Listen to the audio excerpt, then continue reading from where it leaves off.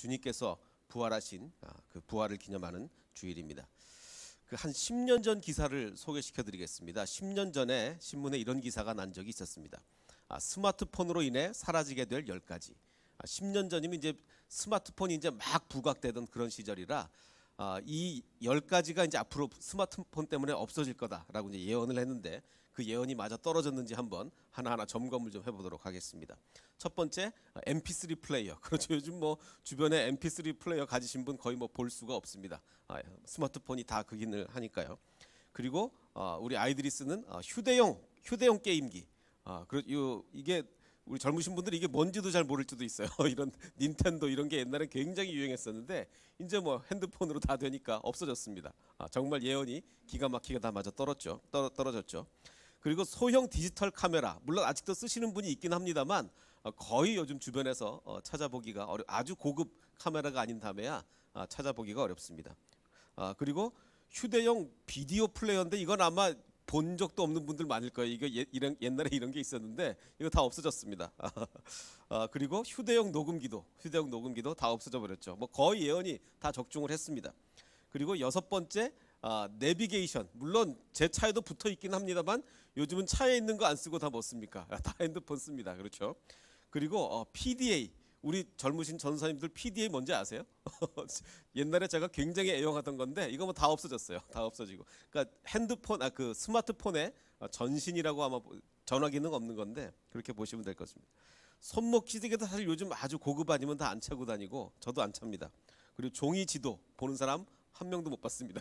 그리고 전화번호 안내 뭐 있을 필요가 없죠. 그래서 거의 예언이 다 맞아 떨어졌어요. 왜냐하면 스마트폰이라는 어마어마한 강력한 게 나오니까 그 모든 것들이 다 없어지는 거죠. 어마어마하게 강력한 것에 의해서 다 사라지고 마는 것입니다.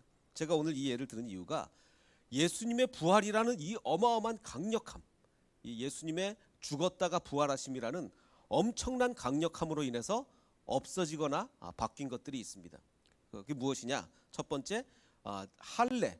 그전에는 할례를 우리가 하나님을 따르기 위해서는 반드시 할례를 행해야만 했습니다. 그러나 예수님의 죽으심과 부활 이후에 우리가 이것이 무엇으로 바뀌었습니까?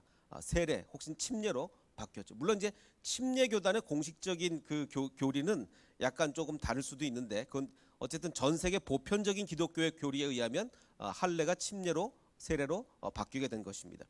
그리고 이제 유월절 만찬도 역시 더 이상 우리가 유월절 날 양 잡아 먹지 않죠. 우리는 이것이 성만찬으로 바뀌게 됩니다. 그리고 그전에는 안식일에 모였던 것이 이제는 우리가 주의 날, 예수님의 부활을 기념하는 주의 날에 모이게 되죠. 그러니까 이게 이 엄청나게 강력함, 예수님의 죽었다가 부활하심이라는 엄청난 강력함에 의해서 이 모든 것들이 바뀌게 되는 것입니다. 우리가 이제 오늘 이게 그 부활절인데 4월 12일 부활절인데 이 성탄절은 뭐 매년 고정이 돼 있어서 알기가 쉬운데 부활절은 날짜가 계속 바뀐단 말이에요. 그럼 어떻게 바뀌느냐? 뭐 혹시 모르시는 분들 위해서 잠깐 설명을 드리면 부활절의 계산법은 이렇습니다. 춘분이라는 것은 원래 3월 21일인데 윤년의 경우에는 20일로 바뀌죠. 춘분이 먼저 지나야 되고 그 다음에 첫 번째 보름달이 뜬 후에 그 다음 첫 번째 주일을 우리가 부활주일로 하게 됩니다. 그래서 이 계산법에 의하면 부활절은 아주 빠르면 3월 22일, 아주 늦으면 4월 25일 이 사이에 있게 되죠. 왜 이렇게 특이한 독특한 계산법을 따르게 됐는가는 나중에 뭐 시간이 있으면 제가 찬찬히 설명을 드리고, 그래서 어쨌든 그러면 2020년 올해는 어떻게 되는가? 올해가 무슨 년입니까? 윤년입니다. 2월이 29일까지 있어요. 그래서 춘분이 며칠이죠? 3월 20일이 춘분이 됩니다. 그래서 춘분이 지나고 첫 번째 보름달이 언제 떴습니까? 얼마 전에 슈퍼문이 떴다고 막 신문에도 나던데 4월 7일 날 떴어요. 그래서 4월 7일 이후에 첫 번째 주일인 오늘이 4월 12일이 부활절이 되는 거죠. 자, 어쨌든 이제 그래서 오늘이 예수님의 부활을 기념하는 날인데 이 예수님의 죽었다 부활하심까지라기보다 예수님의 삶으로 인해서 덕본 사람이 있고 손해본 사람이 있어요. 덕본 사람, 손해본 사람. 물론 이제 궁극적으로까지 가면 이게 달라질 수 있는데 피상적으로 볼 때 덕본 사람은 누가 덕봤을 것 같습니까? 예수님 덕분에 풀려난 사람, 바라바 풀려났죠.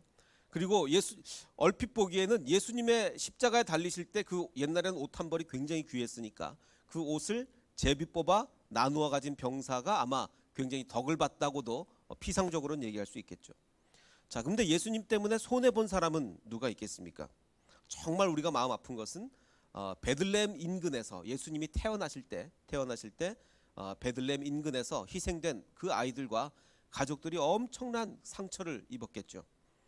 자, 그리고 또 우리가 흔히 생각해 볼 때 예수님이 이제 십자가를 지고 가시는데 도저히 이제 탈진해서 지고 가실 수가 없자 병사들이 누구를 붙잡습니까? 길 가던 구레네 사람 시몬을 붙잡아 십자가를 대신 지게 하죠. 십자가 지는 게 얼마나 수치스럽고 힘든 일인데 이걸 대신 졌으니 뭐 얼핏 보기에는 손해 봤다라고도 생각을 할 수가 있겠습니다. 오늘 그 얘기를 조금 더 해보면 마가복음 15장을 보면 예수에게 로마 병사들이 자색옷, 아주 그 왕족들이나 입는 자색옷을 입히고 가시관을 엮어 씌웁니다. 아마 근데 자색옷은 그 당시에는 굉장히 고가의 옷인데 아마 좀 싸구려겠죠. 그렇게 좋은 옷을 입혔을 것 같진 않고 아마 이런 모습이 될 것 같은데 왕처럼 치장을 한 거예요. 근데 왕관을 안 씌우고 가시관을 씌우고 자색옷을 이렇게 입혔습니다. 그리고 아주 그 희롱의 의미로 경례를 붙입니다. 로마 군대가 예수님께 경례하며 이르되 유대인의 왕이여 평안할지어다 하고 아주 이런 그 모욕적인 언사를 하게 됩니다. 그리고 갈대로 그의 머리를 치며 침을 뱉으며 꿇어 아주 그냥 조롱의 의미로 꿇어서 절을 하는 거죠. 예수님 앞에. 이렇게 정말 이토록 그 예수님께 모욕을 하게 됩니다. 그리고 희롱을 다한 후에는 자색옷을 이제 벗기고 도로 그의 원래 옷을 입히고 십자가에 못 박으려고 이제 끌고 나가게 되는데 이제 막 끌고 나가는 중에 예수님이 너무 채찍에 많이 맞고 이러다 보니까 이제 도저히 탈진을 해서 십자가를 지실 수가 없게 되자 마침 그 곁을 지나던 구레네 사람 시몬이 시골로부터 와서 지나가는데 그들이 와서 로마 군병들이 억지로 같이 가게 하여 예수를 십자가에 지웠다라고 되어 있습니다. 자, 근데 여기서 독특한 것은 이제 시몬을 소개할 때 어떻게 소개하느냐가 문제입니다. 우리가 두 번째는 구레네 사람 시몬이라고 소개를 했습니다. 그럼 첫 번째 소개는 뭐냐? 매우 독특합니다.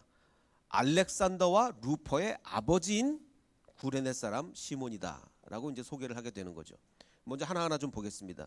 그럼 구레네 사람이 의미하는 게 뭐냐? 구레네는 잘 아시겠지만 현재 리비아에 해당하는 아프리카 지역입니다. 아프리카에서 온 사람 시몬이에요. 굉장히 멀리 왔죠. 예루살렘과의 거리가 굉장히 멉니다. 자, 근데 이제 이름이 이제 시몬인데 구레네는 아프리카 지역이고 시몬은 히브리 이름이죠. 그럼 아프리카에서 왔는데 왜 히브리 이름이냐? 두 가지 가능성이 있습니다. 첫 번째 가능성은 이제 디아스포라 유대인, 전 세계로 흩어진 유대인이 아프리카로도 꽤 많이 갔습니다. 그래서 이제 그 아프리카로 흩어진 디아스포라 유대인일 가능성, 그러니까 이름이 시몬이다일 경우가 있겠죠. 두 번째 가능성은 이 흩어진 유대인들에 의해서 원래 아프리카 사람이 개종을 해서 유대교로 개종을 해서 내가 개종을 했으니 이름도 히브리 이름으로 바꿀 거다. 그래서 시몬이라는 이름으로 바꿨을 가능성도 있습니다. 그럼 이 두 가능성 중에 어느 것이 더 가능성이 높겠는가? 우리가 뭐 정확한 건 알 수가 없겠지만 저는 두 번째에 더 가능성을 두게 됩니다. 왜냐하면 이 십자가를 진다는 것은 굉장히 정말 아무나 할 수 없는 너무너무 수치스러운 일입니다. 유대인들 중에 누군가 십자가를 졌다면 정말 수치스러워. 진다면 그냥 죽어버리게 되지만 대신 지는 것만 해도 엄청나게 수치스러운 일이에요. 자, 그래서 아무에게나 결코 시키지 않는데 시몬이란 구레네 사람에게 그러니까 마태복음에 보면 시몬이라는 구레네 사람에게 예수의 십자가를 당연히 억지로 지게 하죠. 억지로가 아니면 당신 좀 지어주시겠습니까? 그러면 네 하고 지어줄 사람은 적어도 유대교를 믿는 사람 중엔 아무도 없는 거예요. 그래서 억지로 강제로 지게 했습니다. 누가복음에도 시몬이라는 구레네 사람을 붙들어 그에게 십자가를 지워서 예수를 따르게 하죠. 자, 그러면 그 많은 사람 중에 왜 하필이면 구레네에서 아프리카에서 온 사람을 한 명을 꼭 찍어서 그에게 십자가를 지웠겠습니까? 이것은 아마도 그가 흑인이었을 가능성이 대단히 높다. 이렇게 볼 수가 있겠습니다. 자, 그래서 이제 그 가능성으로 보자면 원래 흑인이었던 구레네 사람이 유대교를 믿어서 개종을 해서 이름을 시몬으로 바꿨을 가능성이 더 많다라고 볼 수 있겠습니다. 자, 그리고 이제 그 의미심장한 것은 첫 번째 소개, 시몬을 소개하는데 알렉산더와 루퍼의 아버지 시몬이다라고 이제 이렇게 소개를 한 겁니다. 이게 왜 특이하냐면 그 성경의 인물 소개의 일반적 양식은 어떻게 됩니까? 대부분 누구를 소개할 때 어떻게 되죠? 누구누구의 아들, 즉 뭐 요한의 아들 시몬아, 뭐 그러니까 저는 누구누구의 아들. 왜냐하면 유대인들은 성이 없으니까 우리 아버지가 누구다라를 밝혀야 어느 집안 사람이다가 나오지 않습니까? 그래서 당연히 누구누구의 아들이라고 소개를 해야 되는데 이 시몬은 소개하면서 알렉산더와 루퍼의 아버지다라고 이렇게 소개를 했으니까 정말 특이한 소개라고 볼 수가 있겠죠. 자, 그렇다면 알렉산더와 루퍼의 아버지라고 소개한 이유는 당연히 이 아들들이 유명한 사람이기 때문에 그렇게 된 거죠. 누구누구 아버지, 그 사람 아버지, 이렇게 돼야 이렇게 소개를 하는 거지, 그렇지 않은 다음에는 누구누구의 아버지라고 소개할 이유가 없는 겁니다. 자, 지금 이 복음서가 어느 복음서냐? 알렉산더와 루퍼의 아버지라고 소개한 복음서는 마가복음이에요. 그러면 마가복음의 1차 독자에게 유명한 사람이라는 이거죠. 뭐 전 세계 사람이 다 알 일은 당연히 없고 마가복음의 1차 독자에게 유명한 알렉산더와 루퍼의 아버지였던 시몬이 되는 겁니다. 자, 그러면 그 마가복음의 1차 독자는 우리가 신학적으로 누구라고 추정을 합니까? 로마 교회 사람들이라고 우리는 추정을 많이 해요. 로마 교회. 그러면 로마 교회 사람들이 알고 있던 그 알렉산더 루퍼의 아버지 그 시몬, 이렇게 되는 거죠. 자, 그래서 우리가 로마서를 보면 사도 바울이 로마서를 쓸 때 맨 마지막에 인사말을 하죠. 인사말에 누가 나옵니까? 사도 바울의 로마서 인사말에 주 안에서 택하심을 입은 루포와 그의 어머니에게 문안하라. 그의 어머니는 곧 내 어머니 같은 사람이다. 여기 로마서에 루포가 나오지 않습니까? 그래서 이 루포가 그 루포, 지금 로마서에 말하는 루포가 시몬의 아들 루포일 가능성이 얼마나 되는가? 아까도 얘기했듯이 마가복음은 로마 사람을 염두에 둔 복음서이기 때문에 거의 아주 높은 확률로 알렉산더와 루포의 아버지인 구레네 사람 시몬이 이 루포가 그 루포일 가능성이 많다. 그럼 제가 이 말씀을 왜 드리느냐? 아까 예수님 때문에 손해본 사람을 얘기할 때 예수님이 처음에 오셨을 때 희생되었던 그 베들레헴 근처에 그 많은 아이들과 그 부모들, 그리고 십자가의 그 수치스러운 십자가를 대신 졌던 시몬, 그 시몬 얼마나 손해본 거냐? 손해본 게 아니란 얘기죠. 왜냐하면 로마서 16장에서 뭐라고 얘기합니까? 주 안에서 택하심을 입은 루포와 그의 어머니에게 문안하라. 아니, 우리 중에 택하심을 안 입은 사람이 어디 있습니까? 전부 다 택하심을 입었는데 왜 사도 바울은 꼭 집어서 루포를 향해서, 시몬의 아들이었던 루포를 향해서 주 안에서 택하심을 입었다고 꼭 집은 이유는 뭐겠습니까? 뭔가 특별한 사건이 있었다는 거예요. 뭔가 특별한 사건. 뭡니까? 지나가다가 로마 병정이 택한 게 아니라 하나님이 택하신 거예요. 로마 병정이 저 사람 너 일로 와서 십자가 져, 로마 병정이 택했다고 생각했지만 사실은 하나님이 택하신 겁니다. 그래서 택하심을 입은 시몬과 그래서 그 신앙이 아들에게 전해졌고 그 와이프, 그 루포의 아내가 누굽니까? 시몬의 아내가 루포의 어머니 아니겠어요? 그래서 그의 어머니에게 문안하라. 그의 어머니는 곧 내 어머니니라. 병사들은 강제로 억지로 붙들어 십자가를 지웠지만 그것은 주님의 택하심이었다. 주님의 택하심이었다. 그래서 그들은 강제로 십자가를 진 시몬의 집안은 이토록 큰 은혜를 입었다. 어떤 은혜? 로마서 성경에 택하심을 입은 루포라고 나올 정도로 시몬과 그의 아들 루포 얼마나 큰 은혜를 입은 것입니까? 자, 그런데 이 은혜는 언제만 가능한 것입니까? 언제만? 부활이 없었다면 이 은혜는 없는 겁니다. 예수님의 부활이 존재하지 않았다면 이들은 손해본 걸로 끝나는 거예요. 수치를 당한 십자가를 진 것으로 끝나는 겁니다. 그런데 이것이 언제 은혜로 바뀝니까? 언제 은혜의 감격으로 바뀝니까? 예수님이 부활하셨을 때에만 이것이 은혜로 바뀐다는 것입니다. 베들레헴에서 희생된 아이들도 마찬가지죠. 마태복음을 보면 헤롯이 굉장히 화가 났습니다. 그 동방 박사들이 왔다가 그냥 자기한테 들리지도 않고 가니까 너무 화가 나서 사람을 보내어 베들레헴과 그 모든 지경 안에 있는 산의 아이를 2살부터 그 아래로 다 죽이라고 얘기합니다. 이 아이들과 부모님들은 얼마나 억울하겠습니까? 아니 예수가 누군지도 모르는데 그것 때문에 내 아들이 죽으니 얼마나 정말 원통하고 가슴을 칠 만한 일이겠습니까?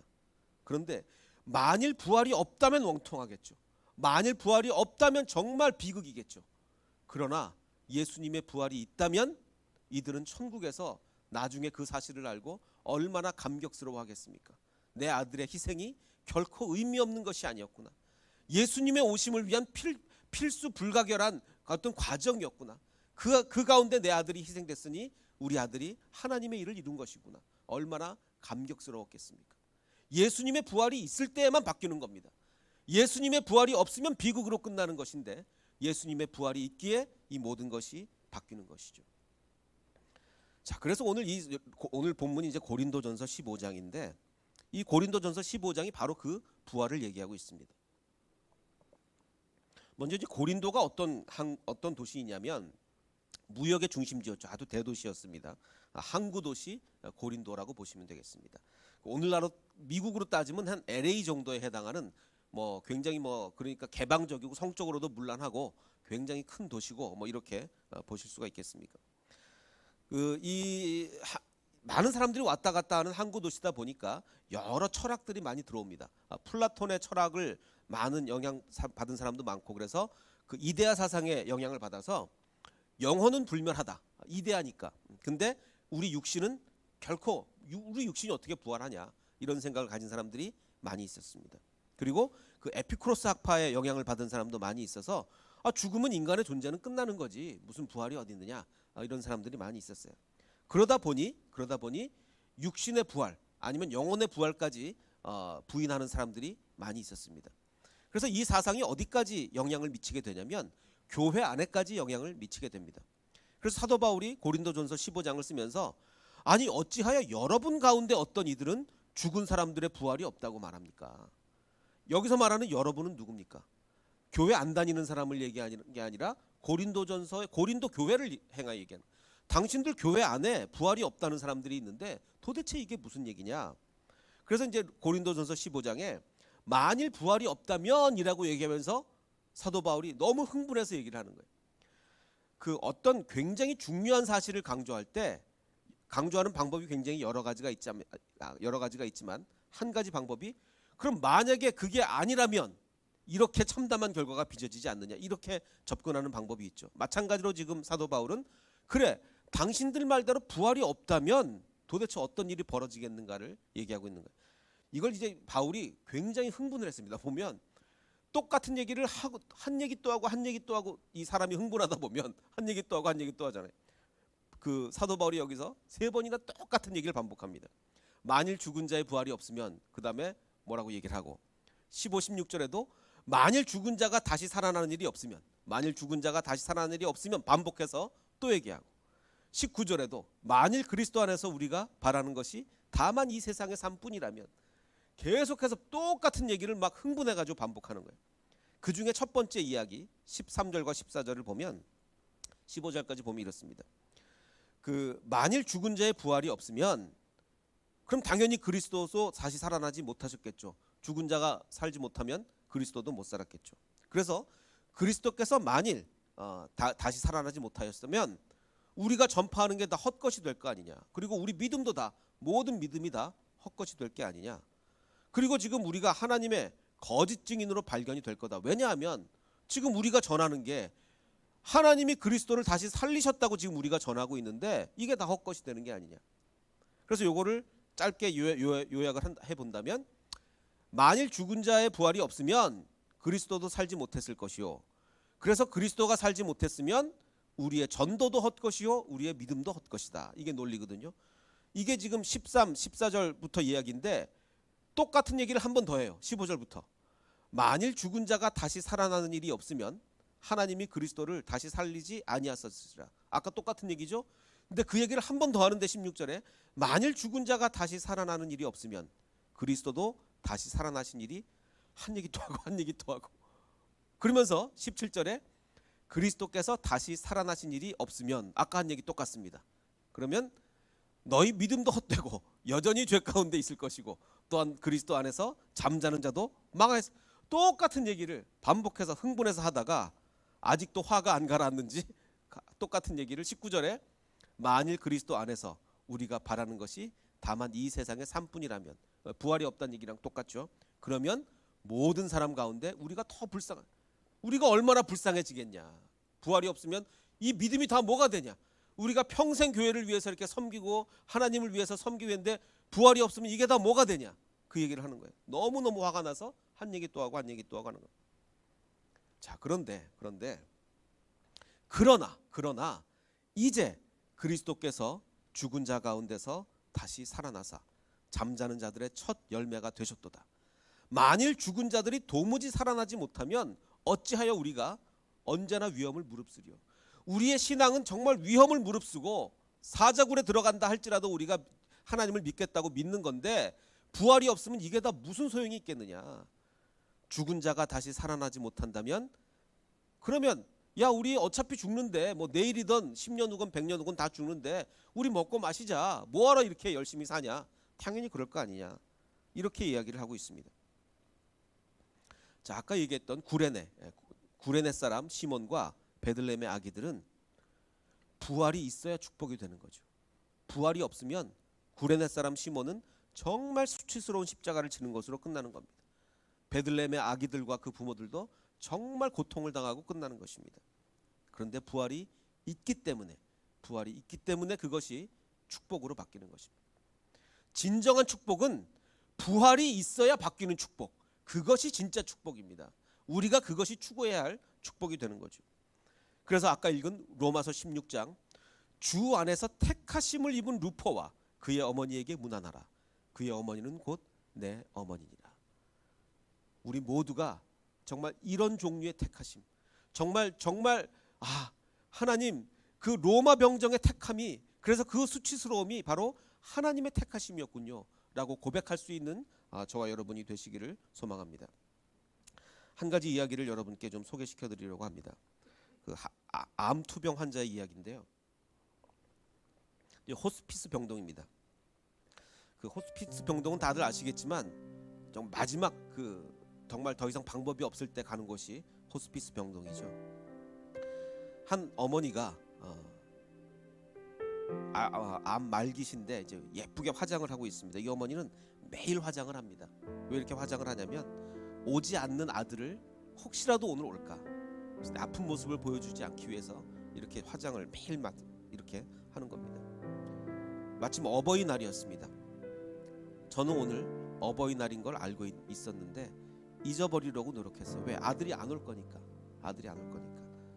이 어머니는 지금 가족이 딱 아들 한 명밖에 없어요. 다른 가족은 아무도 없습니다. 그래서 아들의 전화라도 행여나 올까 계속 전화를 기다립니다. 그런데 광고밖에 안 오는 거예요. 그래서 오라는 전화는 안 오고 엉뚱한 것만 온다고 하자 제작진이 오라는 전화가 뭔데요? 라고 하자 아들 전화라고 이렇게 얘기를 합니다. 그럼 아들은 왜 이렇게 어머니에게 무심한가? 제작진이 아들을 찾아갔습니다. 그래서 물어봅니다. 왜 이렇게 어머니를 안 찾아가느냐? 그랬더니 아들이 이런 얘기를 합니다. 평생 어머니만 바라보고 살았는데 어머니가 지금 암 말기시니까 어머니를 보면 진짜 현실이 눈앞에 딱 있다는 느낌이 든다는 거야. 이제 진짜 끝나는 건 어머니밖에 없었는데 어머니가 끝나는구나. 현실을 보는 것 같아서 도저히 갈 수가 없다는 거예요. 어머니는 저를만 보고 살았고 저도 엄마만 보고 살았으니 그걸 받아들이기가 힘들었던 거죠. 그래서 제작진이 묻습니다. 바라는 게 뭐냐? 어머니한테 마지막으로 바라는 게 뭐냐? 그러니까 어머니가 만들어주시는 밥 한번 먹어보면 좋겠다 이런 얘기를 합니다. 그래서 제작진이 지금 어머니는 요리를 할 수가 없으니까 이 아들을 위해서 대신 요리를 해주기로 합니다. 오늘도 어머니는 거의 이제 눈도 잘 안 떠져요. 이제는 눈도 잘 떠지지 않는데 그저 전화기만 혹시 문자라도 올까 해서 전화기만 바라보고 있습니다. 결국 이제 제작진의 요청으로 이 아들이 어머니를 찾아갑니다. 그러자 어머니가 정말 잘 떠지지도 않는 눈을 뜨면서 아들을 반기게 됩니다. 그리고 아들의 얼굴을 하염없이 이렇게 쓰다듬습니다. 얼마나 보고 싶었는지 아들의 얼굴을 계속 쓰다듬어요. 그리고서는 베개 밑에서 뭔가를 찾습니다. 뭔가 봤더니 5만 원짜리 용돈을 5만 원을 아들의 손에 이렇게 꼭 쥐어주는 거예요. 그리고서 며칠이 지나서 이제는 도저히 어머니가 정말 마지막 때가 되었습니다. 급하게 의사가 이제 마지막이 되었으니 빨리 오라고 해서 아들이 어머니를 찾아갑니다. 그래서 어머니의 얼굴을 막 만지면서 괜찮아, 엄마 일어날 거야 라고 이렇게 격려를 합니다. 그리고 가지 말라고, 다른 데 가지 말라고, 내 옆에만 있으라고 이렇게 얘기를 합니다. 그런데 어머니는 정말 이제 마지막 숨을 거두는 순간이 되었습니다. 그러자 이 아들은 병실 바닥에 무릎 꿇고 앉아서 마지막 숨을 거두는 어머니를 보고 오열을 하게 됩니다. 제작진이 마련해주는 식사 한 끼를 먹고는 결국은 어머니를 보내게 되고 말는 거죠. 자, 우리가 이 안타까운 사연을 보면서 우리는 뭘 느끼게 됩니까? 고린도전서가 이야기하고 있지 않습니까? 만일 죽은 자의 부활이 없으면 그리스도도 다시 살아나지 못했을 거고, 그리스도께서 만일 다시 살아나지 못했으면 우리가 전파하는 것도 헛것이고, 우리의 모든 믿음도 헛것이고, 또 우리가 하나님의 거짓 증인으로 발견이 될 건데, 왜냐? 우리가 하나님이 그리스도를 다시 살리셨다고 증언하고 있는데, 우리가 헤어진 우리 부모를 다시 만날 수 있고, 우리가 사랑하는 사람들 다 이미 천국에 있고, 그것을 우리가 전하고 다니고 있는데 부활이 없다면 이게 다 거짓이 될 거 아니냐? 그럼 우리 믿음은 뭐가 되겠느냐? 그러나 이제 그리스도께서 죽은 자 가운데서 다시 살아나사 잠자는 자들의 첫 열매가 되셨도다. 만일 죽은 자들이 도무지 다시 살아나지 못하면 어찌하여 우리가 언제나 위험을 무릅쓰리요? 죽은 자가 다시 살아나지 못한다면 내일 죽을 터이니 먹고 마시자 하리라라고 이야기하고 있는 거죠. 우리의 진정한 축복은 무엇입니까? 진정한 축복은 부활이 있기에 존재하는 축복입니다. 부활이 있건 없건 축복이라면 그것은 축복이 아닙니다. 우리의 진짜 축복은 부활이 없다면 축복이 아닌데 부활이 있기에 축복인 것, 그것이 우리의 진정한 축복이 될 것입니다. 그래서 오늘의 말씀의 제목은 만일 부활이 없다면입니다. 만일 부활이 없다면 우리의 삶 전체가 의미가 없습니다. 우리가 의미 있는 것은 부활이 있기에, 그리고 우리의 축복도 부활이 있기에 존재하는 축복이 되기를 주님의 이름으로 축원합니다. 우리 하늘 소망이라는 찬양을 하겠습니다. 우리가 지금은 비록 땅을 버타며 살고 있죠. 그러나 우리의 영혼은 하늘을 디디며, 우리의 영혼의 발은 하늘을 디디며 살고 있습니다. 내 주님 계신 눈물 없는 곳, 그곳을 소망하며, 우리의 사랑하는 사람들이 기다리는 그곳, 그곳을 소망하며 이 찬양 함께 하겠습니다.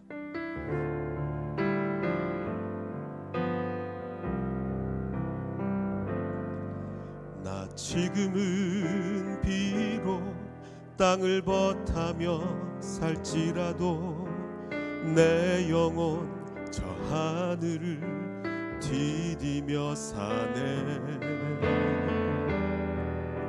내 주님 계신 눈물 없는 곳, 저 하늘에 숨겨둔 내 소망 있네. 보고픈 얼굴들, 그리운 이름들 많이 생각나. 때론 가슴 터지도록 기다려지는 곳,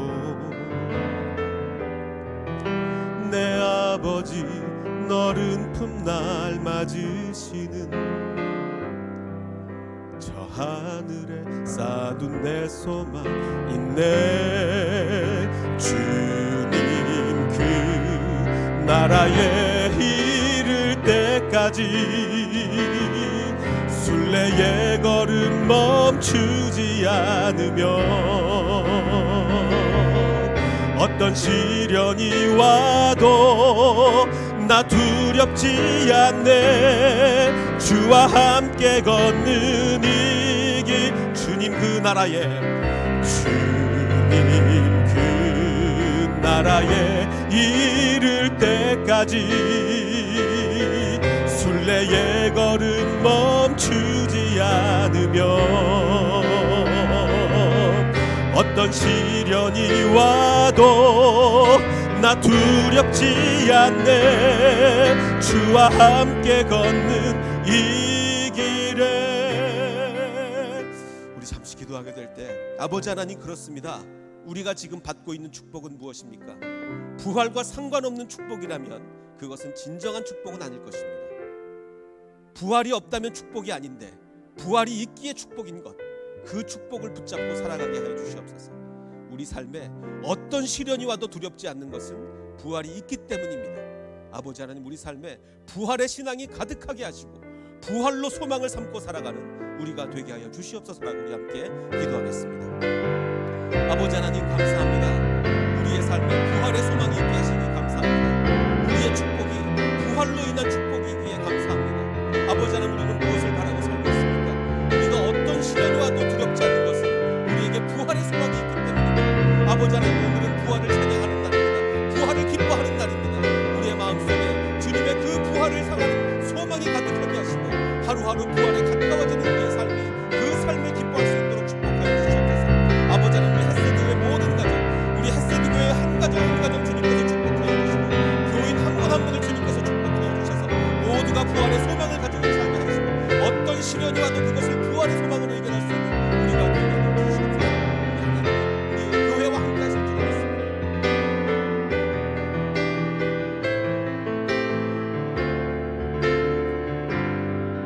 우리 다 함께 일어나 감사와 결단을 하며 찬양합니다. 우리의 모든 소망은 부활에 있습니다. 나 지금은 비록 땅을 못하며 살지만 하늘을 소망하며 살아갑니다. 함께 일어나 찬양합니다.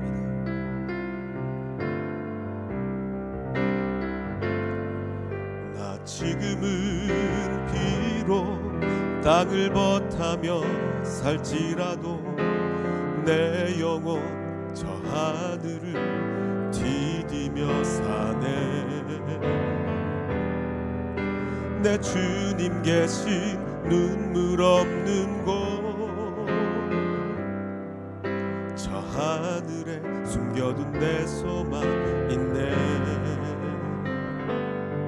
보고픈 얼굴들, 그리운 이름들 많이 생각나. 때론 가슴 터지도록 기다려지는 곳, 내 아버지 너른 품 날 맞으시는 저 하늘에 쌓아둔 내 소망 있네. 주님 그 나라에 이를 때까지 순례의 걸음 멈추지 않으면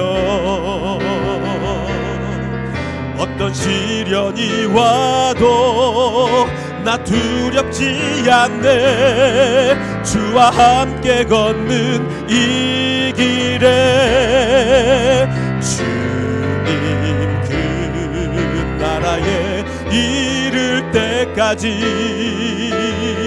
순례의 걸음 멈추지 않으면 어떤 시련이 와도 나 두렵지 않네. 주와 함께 걷는 이 길에. 어떤 시련이 와도 우리는 두렵지가 않습니다. 우리 앞에는 부활이 있기 때문입니다. 지금의 시련은 결코 시련이 아니라 부활이 그 모든 것을 설명해 줄 것입니다. 주님 안에서 택하심을 받은 시몬의 가정과 같이 되게 하여 주시옵소서. 우리의 모든 가정이 주님 안에서 택함 받은 가정 되게 하시고 부활의 신앙을 가지고 살아가는 우리 모두가 되게 하여 주시옵소서. 이제는 우리 구주 예수 그리스도의 은혜와 아버지 하나님의 무한하신 사랑과 성령님의 감화 감동 충만하게 역사해 주심이 부활의 소망을 가지고 살아가기를 원하는 이 자리에 모인 모든 백성들 머리 위에, 그리고 인터넷으로 예배하는 모든 백성들 머리 위에 이제로부터 영원토록 함께 하시기를 간절히 축원하옵나이다. 아멘.